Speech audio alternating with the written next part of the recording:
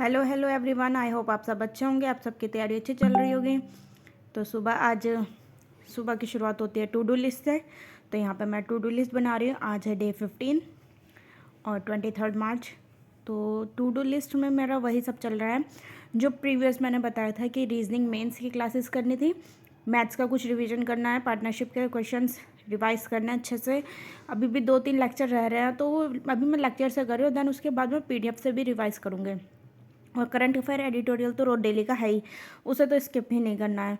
और क्या था, मॉक एनालिसिस। हाँ, मॉक एनालाइज करना था, जो मैंने कल मॉक दिया था। इतने वाहियात नंबर आ रहे हैं, पता नहीं, समझ नहीं आता क्या करते हैं क्या नहीं, पर करना तो पड़ेगा ही। अब देखो एवरेज आता है, एवरेज नंबर 50 के अराउंड आ रहे हैं, तो भी तो सही नहीं है ना। भले हमें मतलब कट ऑफ देखो, RBI असिस्टेंट का एग्ज़ाम है तो 650 सीटें हैं, और इसमें भी इतने सारे फॉर्म फिल किए गए होंगे, तो कट ऑफ तो ऑफकोर्स सी बात है कि हाई जाएगी प्री की।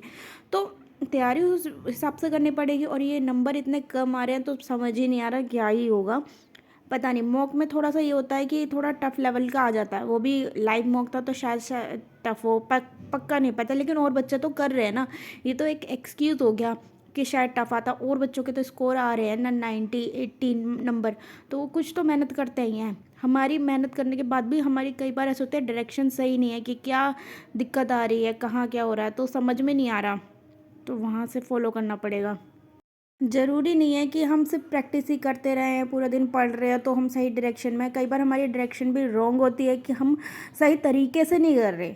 अगर मैं वो कर रही हूँ कि स्पीड मैथ्स कर रही हूँ और मैं टाइमर लगा के कर रही हूँ, फिर भी मेरे को इतना टाइम लग रहा है, तो ये चीज़ें अभी गलत है। अभी मेरे पास बहुत टाइम है, जो गलती करनी है वो मॉक टेस्ट में ही गलती करनी है। अभी टाइम तो बहुत है कि 2 से 3 महीना है, तो इस 2 से 3 महीने में जितनी मिस्टेक है, अपनी मिस्टेक सुधारने की पूरी कोशिश करूँगी। जिसके साथ भी ऐसी प्रॉब्लम होती है वो ज़रूर करे। जो गलती करनी है अभी कर लो, उसको सुधार लो, उससे डिमोटिवेट नहीं होना, बल्कि उससे मोटिवेशन लेके और अपना काम बढ़ाते चलना है। तो यही मेरा आज का टारगेट है। ये रहा मेरा आज का टू डू लिस्ट। अपने आप को पॉजिटिव रखते हुए आज मैंने दिन की शुरुआत करी है सबसे पहले करंट अफेयर की।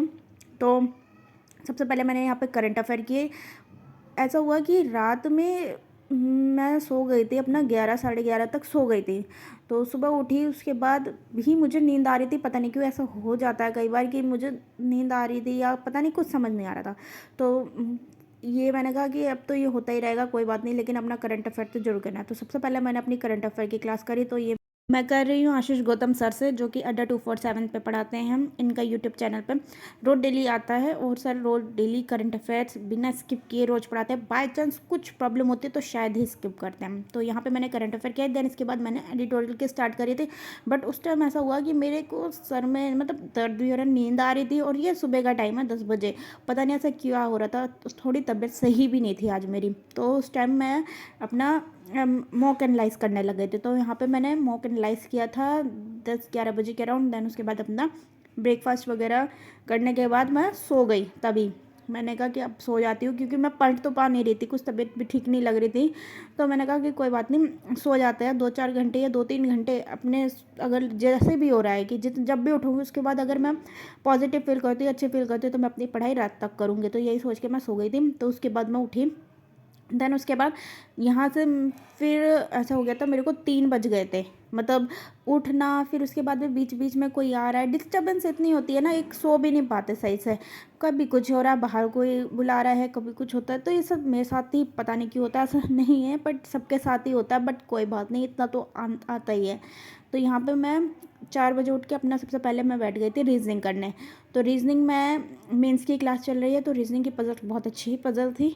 2 ही पजल करवाई, लेकिन वो RRB PO लेवल की पजल थी, और बहुत ही बेस्ट पजल थी। ऐसा लग रहा था कि हो जाएंगी, बट वो कहीं ना कहीं जो मिस्टेक अटकती है ना, तो ये लगता है कि यार ये क्या चीज़ आ गई, नई चीज़ है, लेकिन हमें तो करनी पड़ेगी।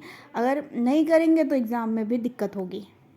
अभी मैं दिखाऊंगी आपको पजल क्या थी। और पजल्स में मैं क्या करती हूँ, मैं ना जब इन्फॉर्मेशन लिखती हूँ तो कई बार गलत लिख देती हूँ, उसकी वजह से मेरी पूरी पजल रॉन्ग हो जाती है। तो नेक्स्ट टाइम मैं मेक श्योर करूँगी कि मैं जो भी इन्फॉर्मेशन लिखूँ एक बार में क्लियर लिखूँ और बहुत स्पीड में लिखूँ। अगर वो पजल 7 मिनट की है, मुझे 1 मिनट के अंदर अंदर सारी इन्फॉर्मेशन नोट डाउन करनी है। 1 मिनट से 1.5 मिनट होना चाहिए, उससे ज़्यादा नहीं होना चाहिए। कोशिश पूरी करूँगी। अभी मुझको 2 मिनट लगना है। देखो कई बार पजल की लेंथ इतनी होती है तो उसमें आप अपने हिसाब से टाइम कर सकते हो डिवाइड। लेकिन जब अगर ठीक पज़ल आ रही है, एक मॉडरेट लेवल की पज़ल आ रही है मेंस में, तो उसके लिए तो हमें थोड़ा सा अपने आप को फास्ट करना पड़ेगा।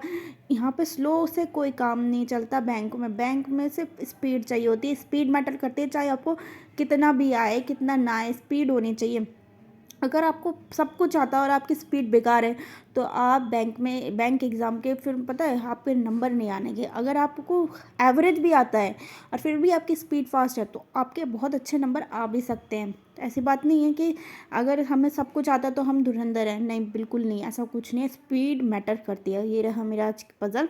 तो इसमें ये कुछ कार वगैरह, मतलब ऐसे थे कि कुछ सर्कल में बैठे हैं और कितने नहीं पता कि कितने बैठे हैं उसमें। किसी को कार पसंद है, किसी को बाइक, किसी को लैपटॉप, तो पूरी इन्फॉर्मेशन भी नहीं दे रखी थी। तो यहाँ पे मैंने सिर्फ एक छोटे से इन्फॉर्मेशन गलत लिखी थी, उसकी वजह से मेरा ये गलत हो गया था। और यहाँ पे एक क्वेश्चन दिया हुआ था कि ऐसी 12 रो है, उसमें टेबल है, उसमें भी 3 लोग वैकेंट है। तो यहाँ पे दिया है वैकेंट के नीचे हो रही है और जो वैकेंट वाली सीट है वो परफेक्ट स्क्वायर है। तो परफेक्ट स्क्वायर या तो 9 होगा या 4 होगा।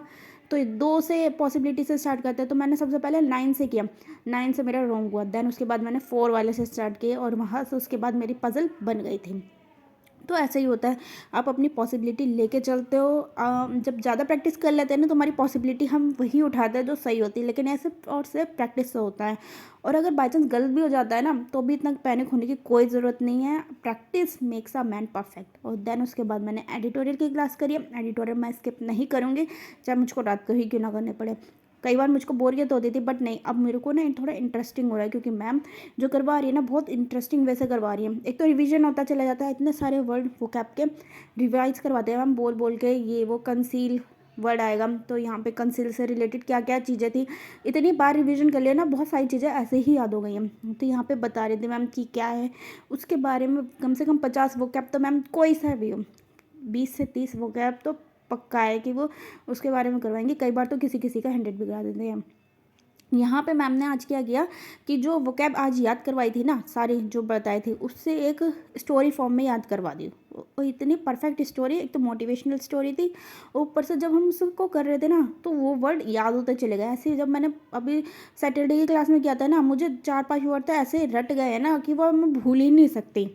तो ऐसी ही चीज़ें करनी पड़ती है। तो ये इनिशिएटिव मेरे को बहुत अच्छा लगा। अगर आप निमिषा मैम से करते हो तो आपको पता होगा। और दैन उसके बाद एक एडिटोरियल का सेशन था, इसी में ही जो एडिटोरियल करवाए थे वो किया था। देन उसके बाद मैंने शाम को मेंस की डीआई करी है। एडिटोरियल के तुरंत बाद ही मेंस की डीआई करनी है। देखो एक मैं कर रही हूँ, एक ही करनी थी, तो इसलिए मेरे पास इतना बर्डन नहीं है। और ये पार्टनरशिप की डीआई है।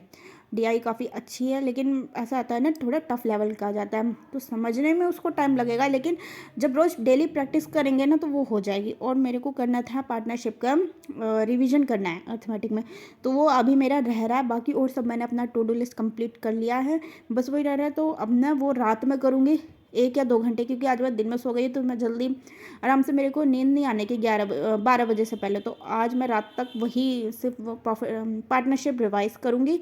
उसके बाद देखती हूँ कुछ। होप सो मेरी वीडियो आपको अच्छी लगी तो प्लीज़ सब्सक्राइब करें। Thank you.